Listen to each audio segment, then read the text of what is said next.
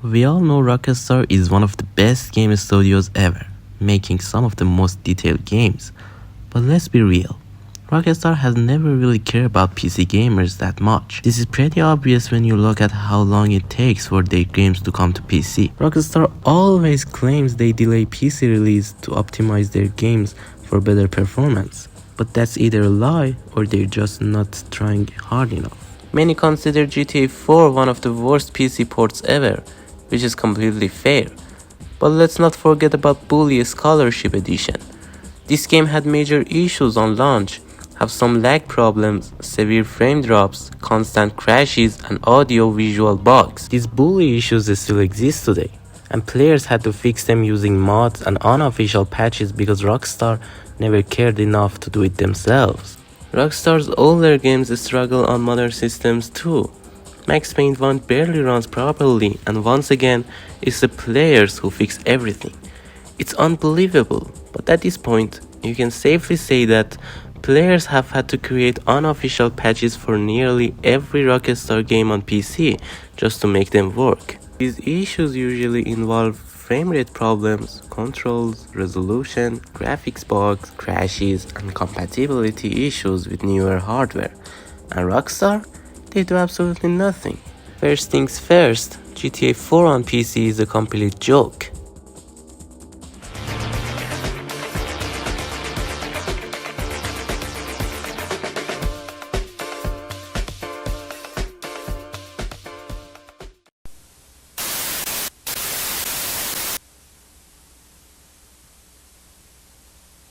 Even on powerful systems, it has inconsistent frame rates, major graphical issues, and overall poor optimization.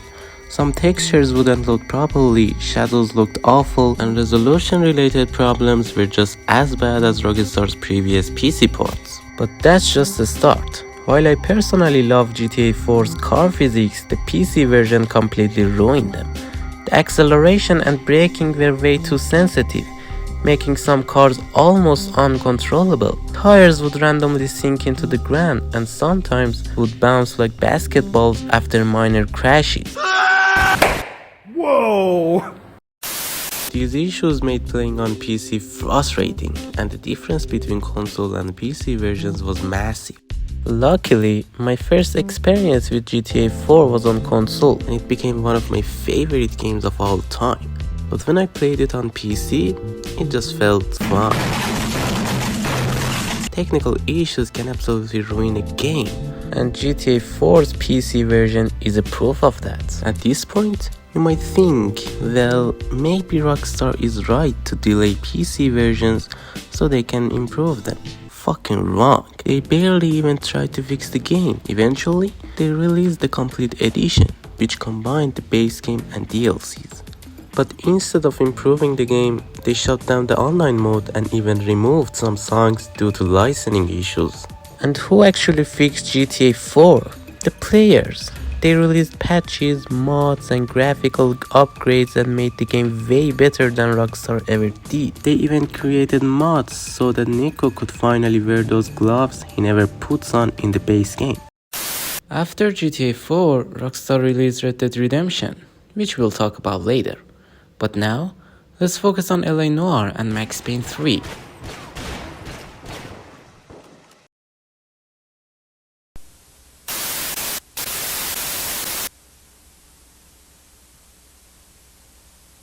LA Noire arrived on PC 6 months after its console release. It wasn't a bad port, but the controls felt a bit clunky. The game was locked at 30 FPS. Fortunately, mods allowed players to unlock the frame rate, but it seems Rockstar intentionally limited it to give the game a cinematic feel.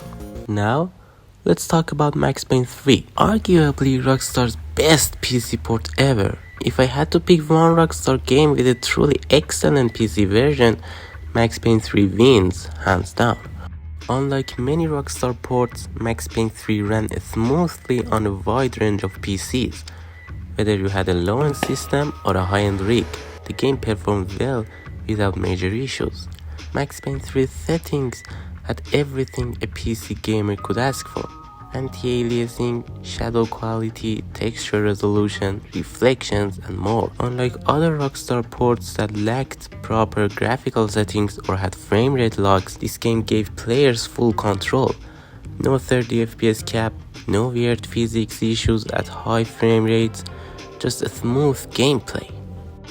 This was a huge deal for Rockstar fans who were tired of bad PC ports. Thanks to its fantastic port and satisfying gameplay, Max Payne 3 is still fun to play even today.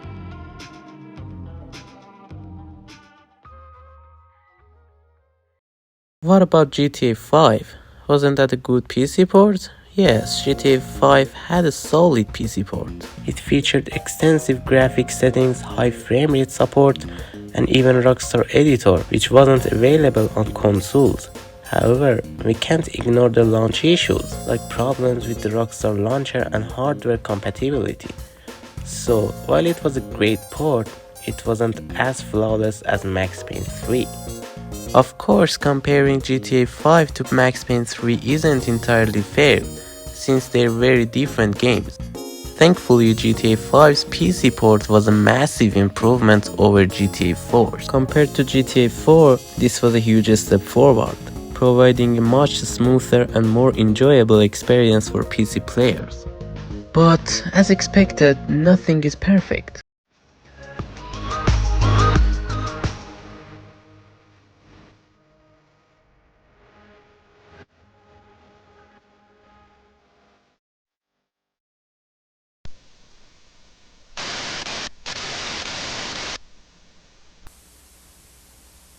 Technically, GTA 5 was great on PC, but Rockstar's business decisions hurt the experience. Over the years, Rockstar focused entirely on GTA Online because of its massive financial success. It was clear that GTA 5 Online held a special place of importance for Rockstar, and as expected, they focused their efforts on this part of the game. However, this caused problems for one of the key features of PC gaming. Yes, I'm talking about mods.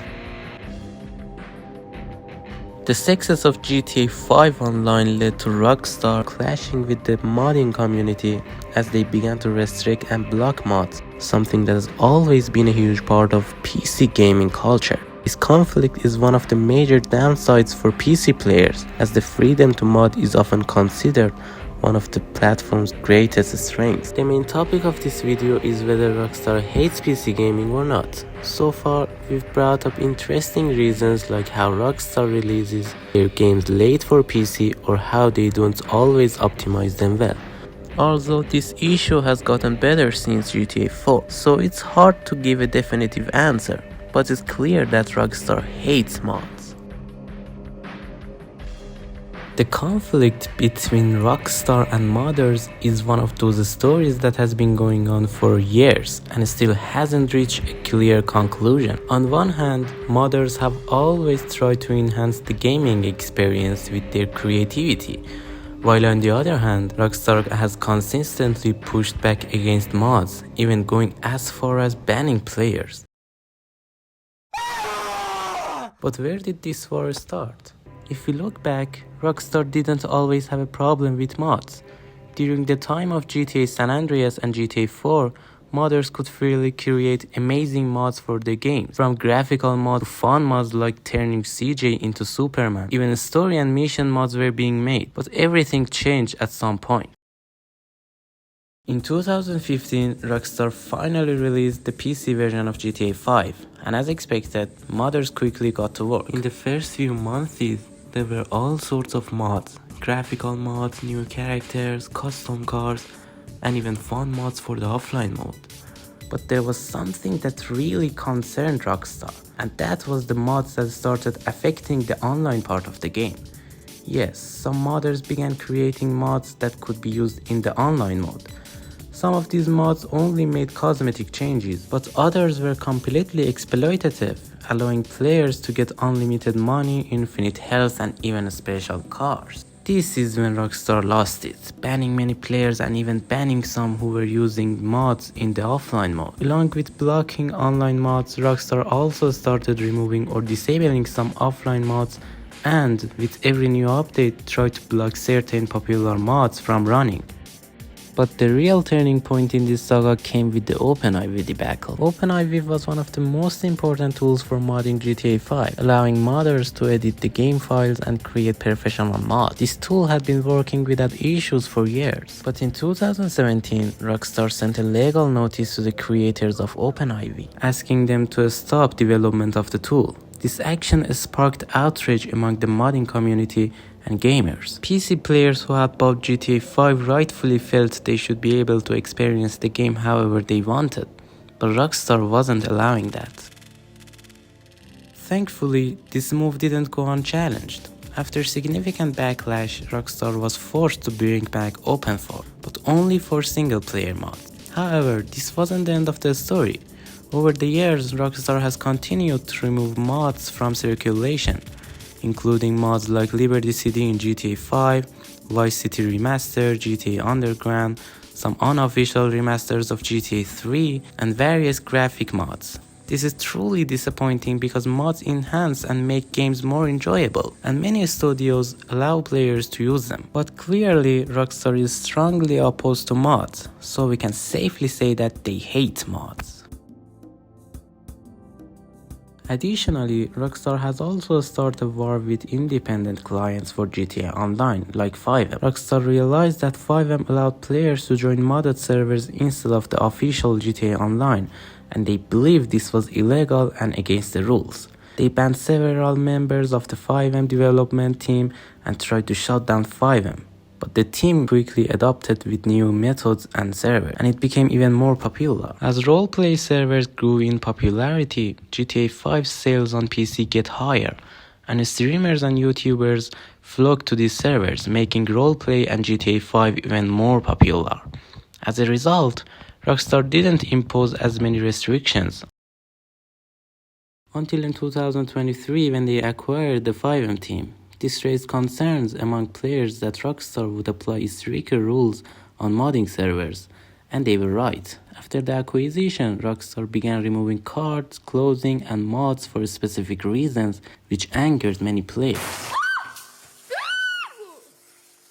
In conclusion, while Rockstar has been better with PC optimization in recent years, their stance on modding and their apparent dislike for it is undeniable.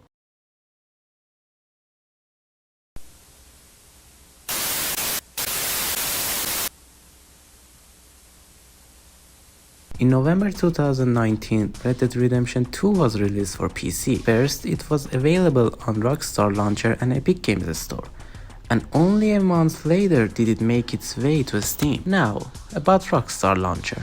I'm really sorry to say, but this part is pretty awful. In a world where every publisher has its own damn launcher, Rockstar decided to jump on the bandwagon and introduce their own in 2019.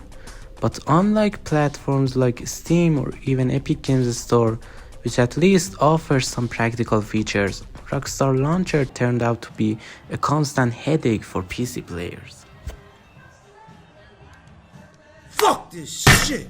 Before the Rockstar Launcher, PC players could easily purchase Rockstar games through platforms like Steam, Epic Games, or other digital stores. But just like many other big publishers, Rockstar wanted to make more profit and be less dependent on other platforms. So they created their own fucking launcher to sell their games directly. Unlike Steam or even Epic Games Store, which at least have some useful features, Rockstar Launcher has nothing. No good store, no attractive UI, no significant feature. It's just software that you have to install if you want to play Rockstar games. From day one, Rockstar Launcher had issues, and it still does. One of the biggest problems is with logging in. Many players face login issues and errors. Sometimes, even if you want to play offline, the launcher won't let you access the game unless you're online. Honestly, I don't understand the need for Rockstar Launcher at all, just like other unnecessary launchers like EA's. It only causes frustration for players. The Rockstar Launcher is like an unwanted guest that everyone wants to get rid of, but they have to deal with it. Even though Rockstar's games are always top tier, this launcher never gained popularity and became more of a hassle than a useful tool.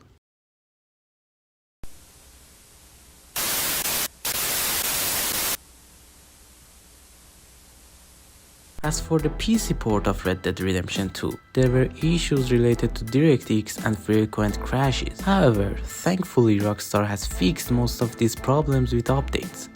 Now, the game runs smoothly. After the release of Red Dead Redemption 2 for PC, Rockstar did not provide good support for the online aspect of the game, and after 2022, they didn't release any significant update for the game. This clearly shows that Rockstar focused more on GTA Online rather than improving Red Dead Online.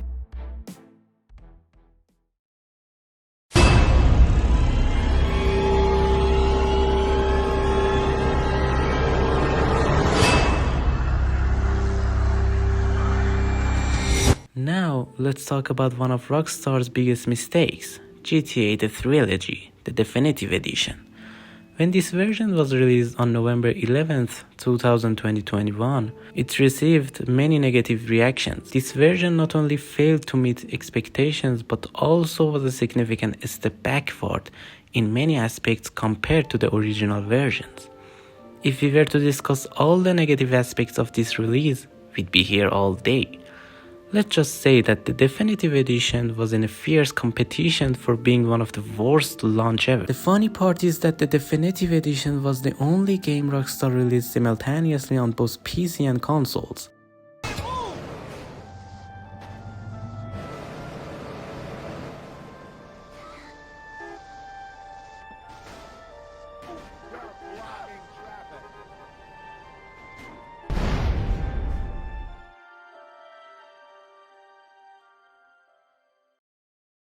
For years, Rockstar made up various excuses for not releasing Red Dead Redemption 1 on PC, and many speculated that they would eventually release a remaster or a remake of the game. But in the end, after damn 14 years, they released a simple port for PC, not a remaster or a remake, just a fucking port. What the fuck is this piece of shit? It was priced at $50, and even with discounts, the game was still sold for $40, which made no sense. Red Dead Redemption 2 was even sold for a lower price than Red Dead Redemption 1. Rockstar acts as if Red Dead Redemption 1 is a brand new game, but in reality, it's the same 14 years old game that was released for a very high price. The only positive was that now you could officially play it with mouse and keyboard, but other than that, there was no significant graphical improvement.